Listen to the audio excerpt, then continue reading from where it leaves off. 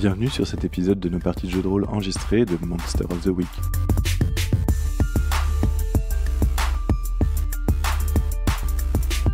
Vous êtes sur la saison 1 qui s'intitule Le projet Daisy.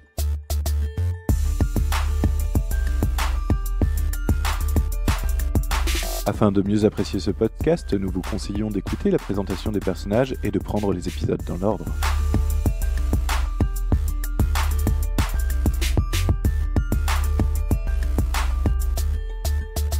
Dans cet épisode, Jord incarne Denzel, l'élu. Et Ben incarne Renard, un parano.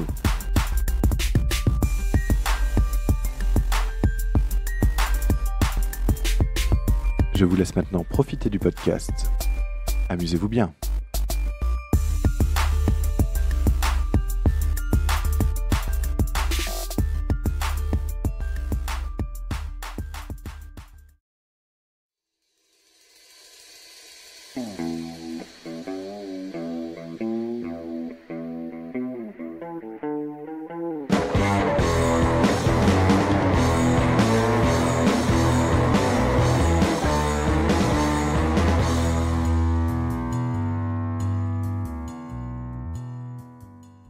Alors, résumé des épisodes précédents, vous êtes toujours à Forest Hill, vous avez vu le livre et les différents habitants mutés, vous avez essayé de trouver quelque chose qui pouvait inverser le sort dont ils sont victimes afin de les sauver et de les retransformer en humains, et pour ce faire, votre ami Shepard, le monstre, a étudié le grimoire et a commencé à trouver des pistes pour inverser les rituels. Malheureusement, les pistes pour inverser le rituel font que il faut quand même réaliser un rituel de presque 6 heures qui risque de mettre en rogne tous les esprits du coin. Esprit que vous avez d'ailleurs rencontré puisque vous avez erré au fur et à mesure de la ville et vous êtes passé dans une dimension étrange, vous ne savez pas trop ce que c'était. Il faudra peut-être faire des recherches dessus, un de ces quatre. Et vous vous êtes fait courser par une espèce d'énorme créature, sans doute un ver ou au moins quelque chose qui était longiforme et longiligne et qui se baladait dans le sol avant de réussir à lui échapper grâce à une diversion magistrale à grands coups de saleuse. Puisque vous avez aussi découvert que le sel repoussait les esprits. Vous avez réussi à vous sortir de cette dimension étrange pour regagner la ville. Et maintenant, c'est à vous. Bien, donc nous allons essayer de chercher déjà un lieu pour pratiquer ce rituel, un lieu qui soit facilement défendable. On n'était pas déjà dedans avant de partir? Je crois pas, parce que moi je cherchais, je sais plus ce que je cherchais quand j'étais parti et que je me suis paumé dans cette dimension à la noix. Tu cherchais le commissariat parce que tu t'es dit que c'était une bonne idée en fait de faire ça au plein milieu du commissariat. Ah oui. Ça peut être mon idée, ça. Moi, je pense qu'il faudrait surtout trouver du sel et faire une espèce de gros pentacle de sel qui nous protégerait parce que les esprits ne pourraient pas rentrer dedans. Pentacle, je sais pas, un cercle déjà, c'est pas mal. Il faut respecter les traditions. On n'est pas en train d'invoquer un démon, au contraire, on veut repousser des esprits. Donc, Les pentacles peuvent être dans les deux sens. Ouais. Écoute, je te fais confiance pour ce côté mystique, pas très moins versé là-dedans, moi. Donc, je découvre un peu cet univers mystique depuis que je suis élu, donc depuis que je sais que je suis l'élu. Je te fais confiance. En tout cas, effectivement, on a la même idée. Cherchons du sel pour. D'ailleurs, Renard, toi, comment se fait-il que tu sois aussi versé dans les arts mystiques ? Raconte-nous un petit peu. Pourquoi connais-tu des rituels ? Pourquoi sais-tu comment marche un pentacle ? Et pourquoi penses-tu directement à faire un pentacle de protection autour d'un rituel ? Eh bien, tout simplement parce que j'ai travaillé au FBI et que j'ai pu intervenir plusieurs fois dans des milieux obscurs de Wicca ou de démonologie ou de trucs un peu spécial. Donc souvent le pentacle revient pour protéger la zone, pour comment on appelle ça là, déjà quand tu essayes de faire sortir un esprit de quelqu'un. Un exorcisme, ouais. D'accord, donc c'est comme ça en fait, en travaillant au FBI et en enquêtant sur les, on va dire les cas un peu occultes, sataniques, que tu as acquis en fait ta connaissance et que tu as acquis donc tout ce savoir. Ok, moi ça me va. Et du coup, que faites-vous en fait? Parce que donc vous êtes parti pour chercher du sel, c'est ça? Exactement. Donc, qu'est-ce qu'on fait? On se sépare histoire de retomber dans des dimensions parallèles ou Ah, c'est vous qui voyez. Est-ce que vous vous séparez? Est-ce que question vous... s'adresser effectivement à Renard. Qu'en penses-tu, Renard? Alors sinon, on peut aussi utiliser des eaux. Il y a du sel dans les eaux, mais c'est peut-être dangereux. On a peut-être pas beaucoup plus d'eau qu'on a de sel. Donc, je sais pas. Bon, alors cherchons du sel. Est-ce que vous prenez des précautions, que vous vous encordez, que vous essayez de garder un lien avec cette réalité pour ne pas tomber dans l'autre dimension? Non. Ben écoute, peut-être que je vais regarder si dans le bouquin, si je peux trouver un sort qui nous maintiendrait dans la réalité ou quelque chose comme ça. Le livre, il me semble qu'il est dans les poignes de Shepard, non? Ouais, mais là, il est en train de se lécher les parties. Il a sans doute recopié ce dont il avait besoin pour commencer à potasser dessus. Donc, Renard a pu récupérer son livre mystique. Alors, à quoi ça correspondrait? Moi, j'ai envie de dire que ça serait utiliser de la magie. Alors, ça serait un peu l'inverse de piéger un individu ou un monstre précis, en fait. Ça serait... ouais, je pense que utiliser la magie, ça pourrait être pas mal. Donc, je t'en prie, lance-moi 2d6 plus bizarre. Et bien sûr, explique-moi comment tu t'y prends pour faire ce petit rituel qui va vous ancrer dans la réalité. 7. T'as pas oublié de compter ton plus 1 avec ton artefact? Oui, c'est vrai. Donc c'est un 8. Ça reste une réussite. Une réussite qui va te permettre de choisir un des effets. Donc pour le coup, l'effet, moi je te le donne, c'est faire en sorte que toi et Denzel restez ancrés dans la réalité. Mais tu vas aussi devoir me choisir un pépin. Ben écoute, je pense que ce que j'ai trouvé, c'est de faire un petit totem qu'on porte sur nous, qui a une petite partie de nous, quoi. Donc on met quelque chose de nous dedans. D'accord. Des cheveux, des ongles, ce genre de choses. Oui. Et donc tu confectionnes des gris-gris que les gens vont porter pour qu'ils ne me fassent pas absorber en fait par l'autre dimension, en fait, c'est ça. Oui, c'est ça, quelque chose qu'on peut tenir pour se raccorder à la réalité. D'accord. Par contre, tu dois me choisir un des pépins dont je vais te donner la liste. Donc, soit l'effet est amoindri, soit l'effet est raccourci, soit tu subis un point de dégâts, qui représente par exemple l'investissement que tu fais en sang ou autre pour créer tes gris-gris, soit la magie attire l'attention, soit encore la magie produit un effet secondaire fâcheux. Je sais plus si j'ai récupéré des points de vie. Non. En même temps, pourquoi t'es tout guéri là? On s'était pas soigné à la fin du scénar précédent? C'est possible, puisque je vois que tout le monde est guéri en fait. Bon, on va dire que oui. Bon, eh bien, je mets une partie de moi dans le rituel. Et tu prends donc un point de dégâts. Car la magie du sang, c'est plus puissant, il paraît. Ah, ok. Plus rapide, plus facile, la magie du sang, mais pas plus puissante. Allez, il ressemble à quoi tes gris-gris? C'est à qui qu'on pose la question? Bah, c'est des petites poupées avec des cheveux tressés et imbibés de sang, du coup. D'accord. Donc effectivement, elle luise d'un espèce d'éclat rougeâtre qui n'est pas sans rappeler l'éclat que vous avez vu de l'autre dimension. Mm-hmm. Vous voilà maintenant protégé et vous pouvez arpenter la ville en toute quiétude, normalement, pour rechercher le sel dont vous avez besoin. Je suppose que vous vous dirigez vers les supérettes et autres supermarchés les plus proches. Ouais, supérette, supermarché, effectivement, ou cantine éventuellement. Combien de temps vous y consacrez et à partir de combien de quelle quantité de sel en fait vous considérez que votre tâche est accomplie? En gros, je suppose que vous faites plusieurs allers-retours pour constituer le pentacle au fur et à mesure que vous trouvez du sel. Mais quelle taille a ce pentacle? Est-ce que vous pouvez tenir tous les trois au centre de l'étoile? Est-ce que vous pouvez tenir tous les trois à l'intérieur du cercle. Je ne sais pas. Je pense qu'il nous faut un bon sac de 20 kilos, le genre que tu utilises pour. J'aurais dit quelque chose comme ça, entre 10, 20, 30 kilos grand max, quoi. Je pense pas qu'on ait besoin de plus. Donc pour moi, un aller-retour doit suffire, quoi. D'accord, ok. Pourvu qu'on trouve de quoi trimballer le truc facilement, un caddie voilà. Vous trouvez sans aucun problème.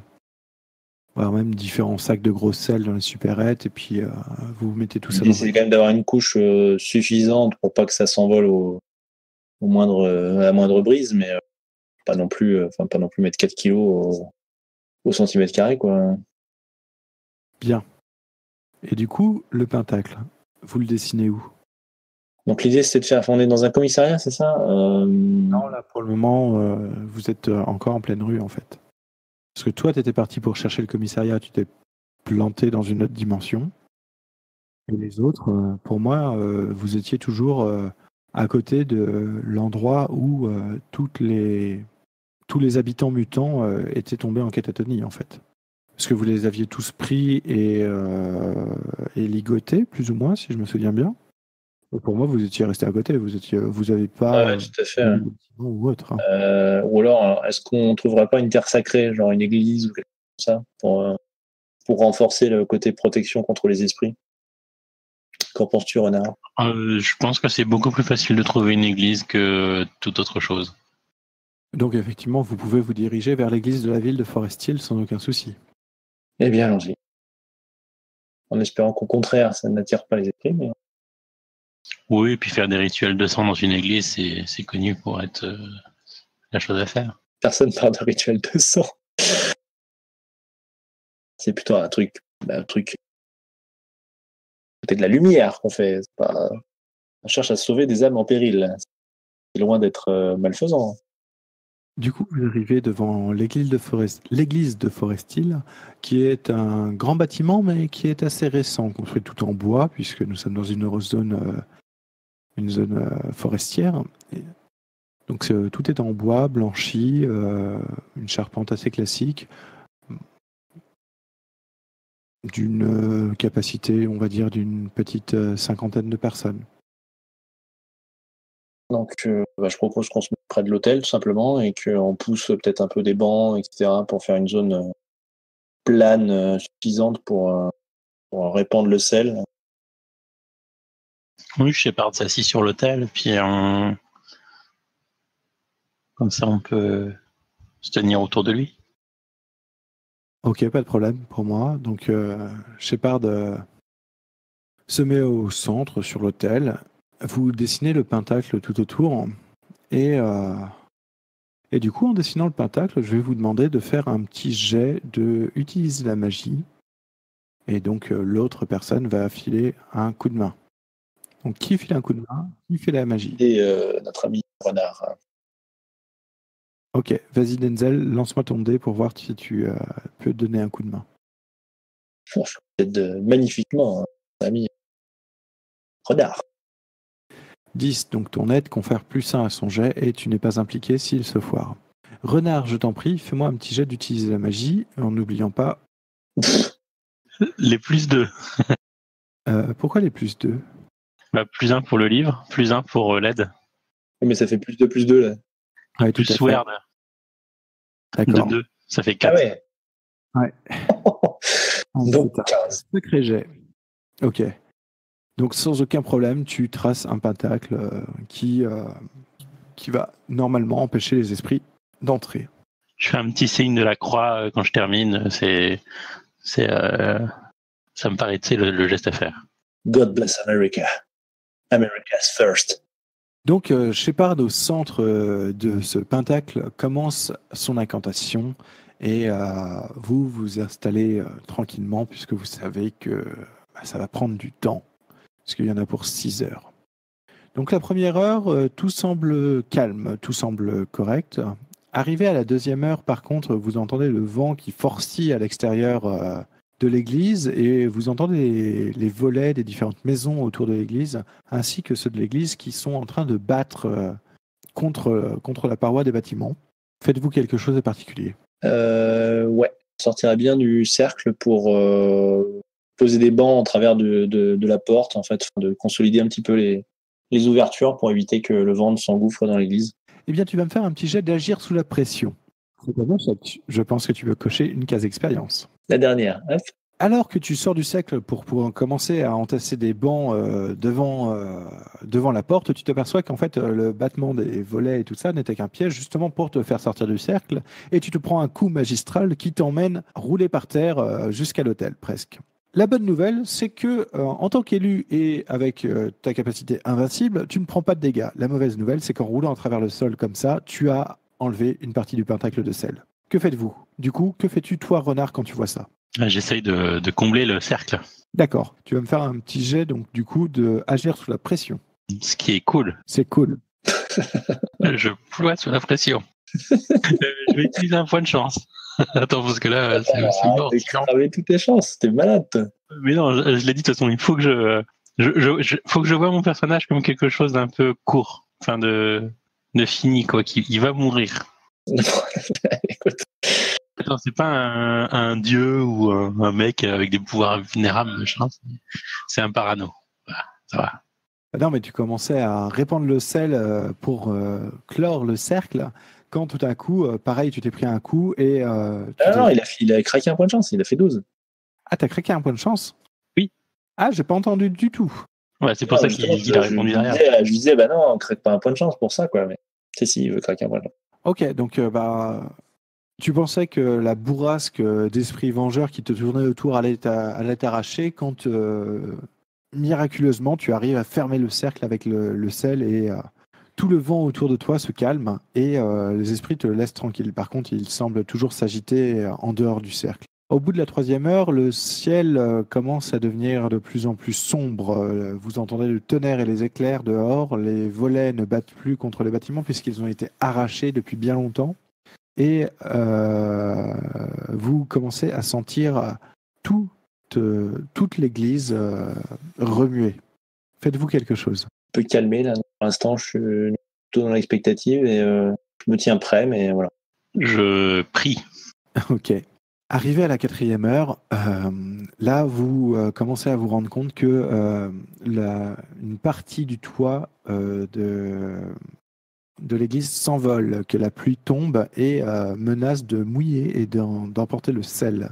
Que faites-vous? Je critique mon partenaire d'avoir choisi une église.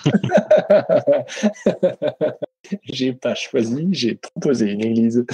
Très bien. La pluie continue de tomber de plus belle. Je me concentre sur mon arme afin de réchauffer suffisamment l'air au-dessus de nous pour que l'eau s'évapore.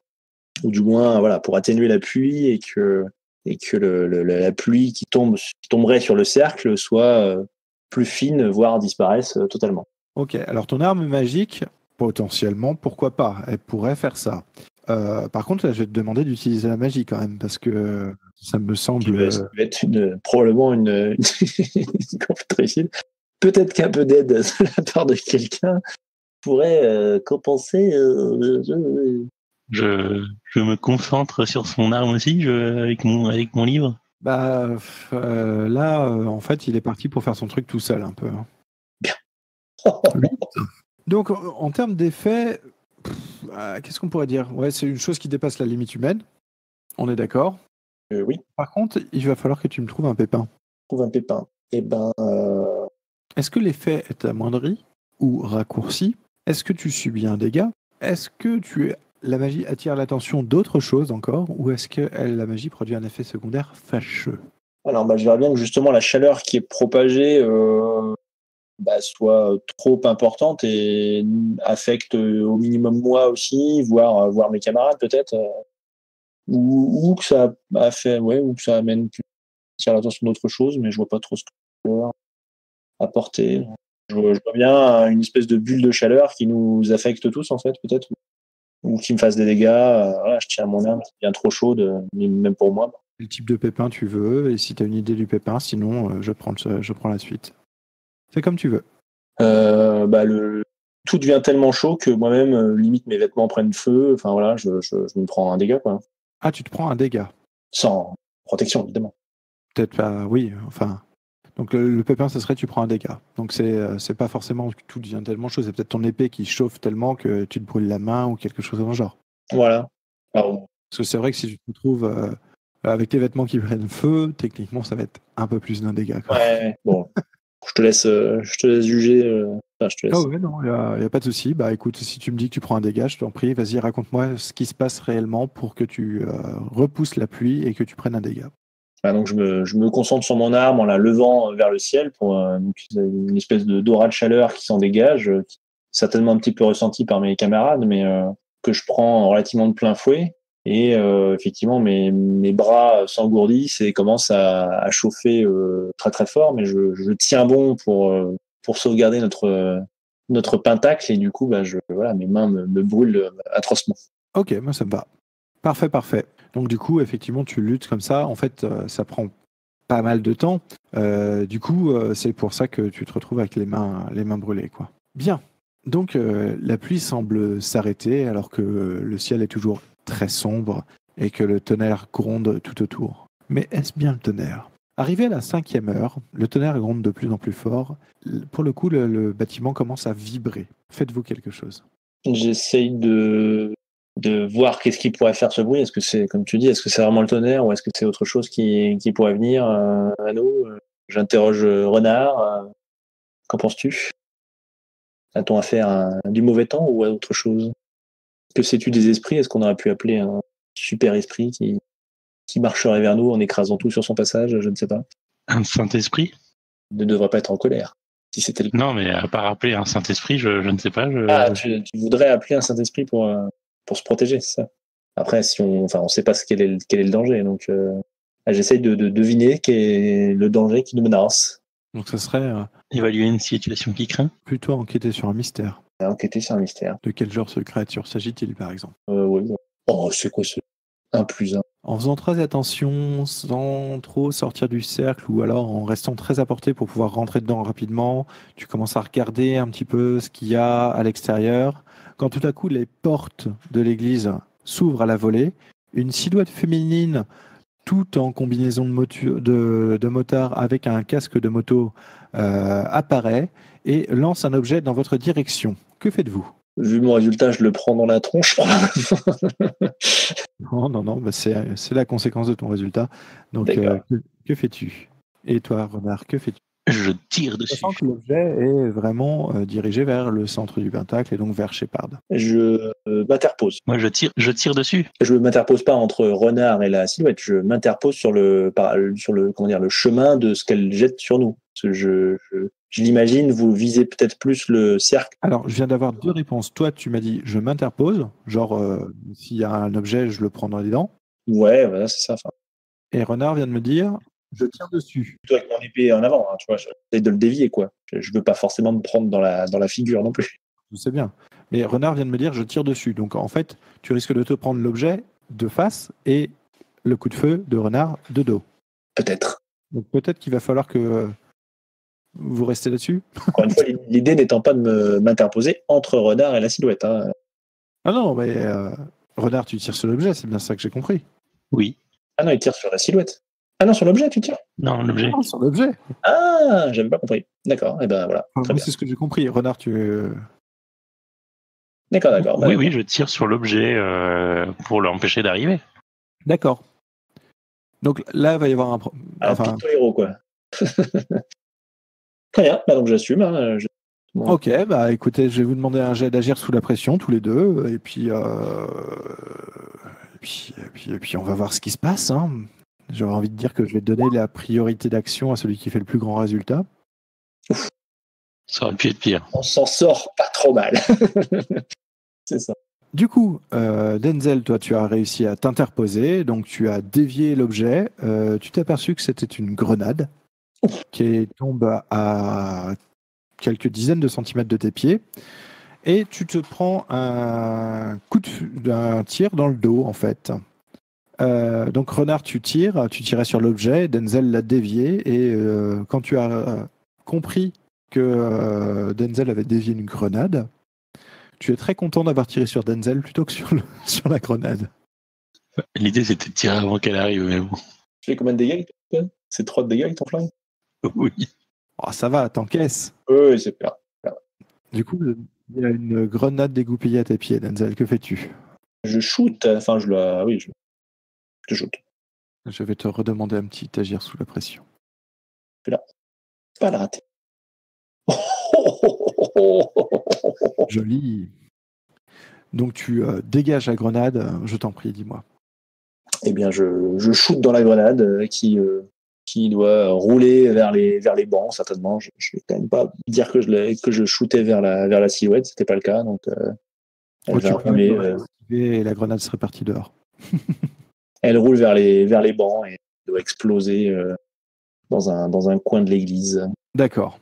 Donc la silhouette te fait un petit salut de la main et repart en dehors de l'église. Moi, je lui fais un bras d'honneur vigoureux. Et moi, je dis, on se reverra. Vous arrivez à la 6e heure et là, le sol tremble complètement. Vous avez l'impression d'être en plein milieu d'un séisme. Le ciel n'est plus noir, il est rouge foncé. Les nuages sont marron, gonflés d'éclairs horribles. Faites-vous quelque chose? Non. Vous restez dans l'église. Ouais, c'est ça, prêt à réagir, hein, prêt à bondir, mais Donc vous voyez un torrent de formes, de visages déformés, monstrueux, qui semblent tourner tout autour de vous, tout autour du pentacle, quand tout d'un coup vous entendez Shepard hurler les dernières paroles de son rituel, et tout se calme d'un coup. Le ciel redevient normal, la terre a arrêté de trembler, l'église, ou ce qui reste de l'église, c'est-à-dire comme une partie du toit s'est envolée, que les volets ont été arrachés, certaines planches ont été enlevées, un trou fait à la grenade dans un côté. L'église tient encore debout, presque miraculeusement. Vous êtes au centre encore de ce cercle de sel que vous avez dressé. Shepard semble épuisé d'avoir mené ce rituel pendant 6 heures. Faites-vous quelque chose de particulier? on lui fait sentir des sels pour le réveiller. Non, peut-être lui donner, faire boire quelque chose, essayer de lui donner de l'énergie, lui faire manger une barre énergétique, quelque chose. Ou un steak. Un peu de sucre rapide pour lui redonner un peu de peps. Il a l'air d'être épuisé, les yeux un peu dans le vague, complètement vidé. Bah, s'il n'accepte pas de nourriture ou quoi, bah, simplement l'allonger pour le faire se poser. C'est de lui confectionner un lit, un couchage acceptable avec les moyens du bord. Moi, je pense qu'il faudrait l'amener au bus de Dr Mercury. Et du coup, essayer de s'en aller, en fait, tout simplement, parce que les autorités vont finir par venir et ça va être très dur de leur expliquer ça, quoi. Bon, on n'a pas besoin d'expliquer. Personne n'a à dire qu'on est mêlé à ça. Sauf si on est les seules personnes vivantes encore sur le site. Bah, normalement, c'est pas le cas. J'ose espérer que tout ce qu'on vient de faire a servi à quelque chose. Je ne sais pas. Je pense que le plus sûr, c'est de récupérer nos véhicules, de mettre Shepard dans le bus. Et si on voit des gens sur la route, c'est bien. Sinon, on s'en va. Bah, si on peut transporter, pourquoi pas. Après, j'aurais bien aimé voir quand même si ce qu'on venait de faire avait un résultat ou pas, quoi. Vous me dites, hein. Ouais, justement, ça n'empêche pas déjà de mettre Denzel à l'abri. Shepard. Ouais, Shepard. Après, si on peut le déplacer sans problème, pourquoi pas. Mais c'est peut-être compliqué. Mais... C'est vous qui choisissez, hein, c'est vous qui me dites. On a plein de bancs de trucs qui sont un peu cassés. On doit pouvoir prendre une planche, le mettre dessus, l'attacher un peu, et puis voilà. Bon, ok. Allons-y. Bricoler un brancard, quoi. Le caddie dans lequel on a apporté le stage. Un peu plus rustique, mais plus ridicule plutôt, mais ça peut marcher. Vous mettez Shepard dans le caddie? Ouais. Ok. Une belle image de fin. Je vois bien un film finir comme ça, tu vois. C'est les héros qui partent dans le caddie, bon, ça manque un peu de classe. Mais non. Mais c'est drôle. Donc, du coup, dites-moi. Moi, je pars là-dessus. Hein, on l'emmène en caddie au bus de Mercury. Vous mettez Shepard dans le caddie, vous dirigez vers le parking, vous prenez quelle route à peu près vous essayez de passer par des endroits en particulier? Pas du tout. Bah non, à la rigueur, le plus court, on met à l'abri. Et éventuellement, il te reste ta voiture, Denzel, donc on peut rester un peu plus à deux pour fouiller, voir si on Ouais, trouve c'est des pas l'idée, survivants. c'est forcément de fouiller, mais c'est au moins s'assurer que les personnes qu'on a laissées sont bien en train de revenir à un état normal. Voilà. Après, si on voit que ça va et qu'ils recouvrent un peu leurs esprits, on se barre. Hein. Voilà. Ça peut être l'histoire de 5 minutes. Hein. Déjà, ce que vous apercevez, c'est que il y a de moins en moins de toiles d'araignée. Elles semblent se dissoudre un petit peu dans la ville. Vous arrivez jusqu'au bus de Dr Mercury. Il n'y a toujours personne. Le docteur Mercury est toujours introuvable, mais par contre, vous pouvez y déposer Shepard dans le lit prévu à cet effet. Sortant du bus, vous vous dirigez vers la voiture de Denzel? Du coup, on a trouvé des cocons ou pas sur la route? Non. Ils ont l'air de... Enfin, si, plus ou moins, ils ont l'air de commencer à se dissoudre, les cocons. Ouais, mais c'est que des cocons qui sont ouverts ou il y a encore quelque chose dedans? Est-ce que vous avez été jeter un œil? Est-ce que... Bon, bah, on va vérifier quelques cocons du coup. D'accord. Ouais. Dans les cocons, vous voyez donc qu'ils sont en train de se dissoudre et que malheureusement, les gens qui étaient à l'intérieur ne sont plus en vie. Bon. Et ceux qu'on avait ligotés et tout, là? Bah, vous pouvez vous diriger vers eux. Ouais. Et du coup, ce que vous voyez, effectivement, c'est qu'ils semblent reprendre petit à petit une apparence plus humaine. Le processus a l'air long, hein, ça n'a pas l'air immédiat, mais c'est comme les toiles d'araignée et les cocons. Petit à petit, ça semble se dissoudre. Et les gens commencent à retrouver une apparence humaine. Bon, une réussite au moins, comment dirais-je, partielle, là. Du coup, que faites-vous? Eh bien, effectivement, nous pouvons reprendre la route.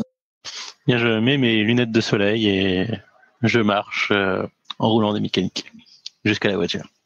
Pour t'apercevoir que tu n'as pas les clés puisque c'est la voiture de Denzel. Je suis avec lui, à côté de lui, hein, évidemment. Et arrivé à la voiture, je lui demande d'enlever ses chaussures pour pas salir ma tapis de sol. Et vous repartez du coup? Tout à fait. Vers le soleil couchant. En chantant King of the Hill. Parfait. Donc voilà. Donc votre voiture serpente les différentes routes de collines et descend la route qui vous amène vers le sud du coup. Et en hauteur, vous voyez une forme tout en combinaison. Enfin, vous ne voyez pas, mais la caméra vous montre une forme tout en combinaison de moto qui enlève son casque, une longue chevelure blonde qui sort du casque du moto et qui regarde votre voiture. Vous avez juste l'aperçu d'un visage qui sourit avant que la caméra coupe.